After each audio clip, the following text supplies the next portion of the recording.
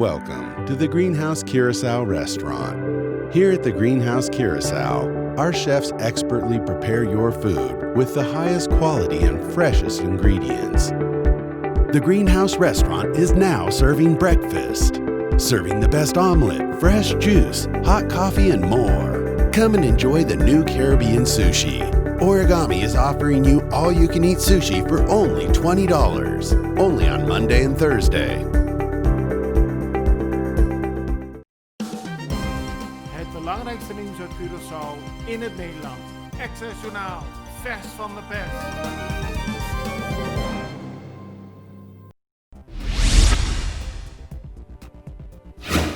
Otrobanda werd vanochtend opgeschrikt door een grote brand. Rond 5 uur kwam een melding binnen bij de brandweer dat een groot pand in de straat achter de Nettobar in brand stond.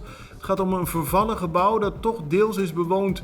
Alle bewoners konden zich op tijd uit het brandende huis redden, maar volgens woordvoerder van de politie Imbro Zwerver tegen de Extra zijn er helaas wel verschillende beesten door de rookontwikkeling om het leven gekomen. De brand is niet overgeslagen naar omliggende gebouwen.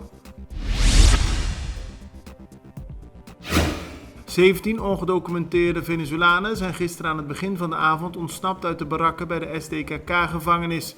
Gevangenisbewaarders sloegen rond 6:30 hierover alarm. De illegalen hadden een gat gemaakt in een betonnen muur. Via dat gat zijn alle 17 mannen ontsnapt. Politie en leden van het Vrijwilligerskorps Curaçao zijn direct een grote opsporingsactie begonnen. Daarbij is 1 man iets na 9 uur aangehouden. 16 ongedocumenteerden zijn nog voortvluchtig.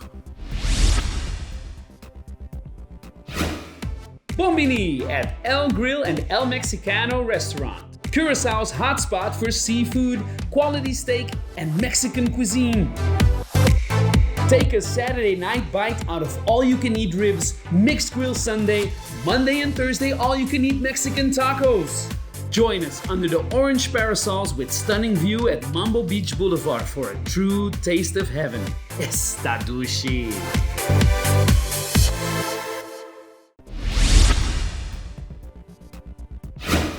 De politie heeft vandaag iets na middernacht een illegaal feest stilgelegd. Ondanks de strenge coronamaatregelen en de avondklok waren zo'n 50 mannen en vrouwen bijeengekomen in een bar aan de Kubaweg. De deuren waren gesloten en de geparkeerde auto's waren niet zichtbaar vanaf de straat. Binnen werd een verjaardagsfeest uitgebreid gevierd. De politie heeft verschillende vrouwen meegenomen die niet over de juiste verblijfspapieren beschikken. Volgens de politie ging het grotendeels om Curaçaose mannen en Latijns-Amerikaanse vrouwen in de bar. De jarige vrouw is ook illegaal op het eiland. Ze werd gearresteerd en bij het betreden van de politiebus die haar naar de cel bracht, had ze de verjaardagstaart nog in de hand. Op de Caracasbaaiweg is gistermiddag een sportfietser aangereden door een auto. De man is daarbij ernstig gewond geraakt. Uit eerste onderzoek komt naar voren dat de chauffeur van de auto een bocht nam. Daarbij reed de fietser tegen de auto aan en kwam hij ten val. Ambulancepersoneel begon na de aankomst direct met het reanimeren van het slachtoffer, dat weet de Extra te melden. Ook werd er een tweede ambulance bijgeroepen. Het lukte uiteindelijk de toestand van de fietser te stabiliseren. Hij is daarna met spoed naar het ziekenhuis gebracht. Daar wordt hij verder behandeld. How does an electric car work? Electric vehicles are using a battery that powers the electric motor. Did you know an electric vehicle has enough range for everyday use? Day in, day out? Driving an electric vehicle gives you comfort in a modern car and has almost no service needs. Start driving eco-friendly and emission-free. Electricity is your new fuel. For more information about electric vehicles, please visit dpoint.net.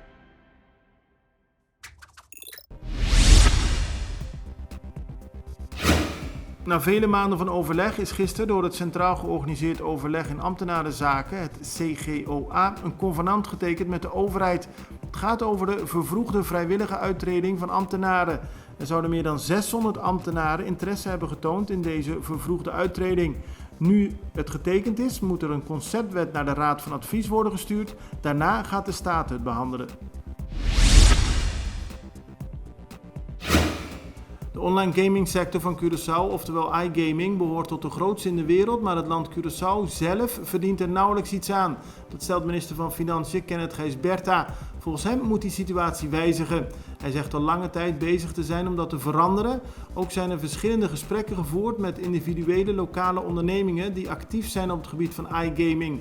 Volgens Gijs Berta is zijn ministerie hard aan het werk aan een proces van modernisering van de regels. Vanwege de hevige regenval is de grond op Curaçao doorweekt. Dat leidt ertoe dat sommige bomen omvallen.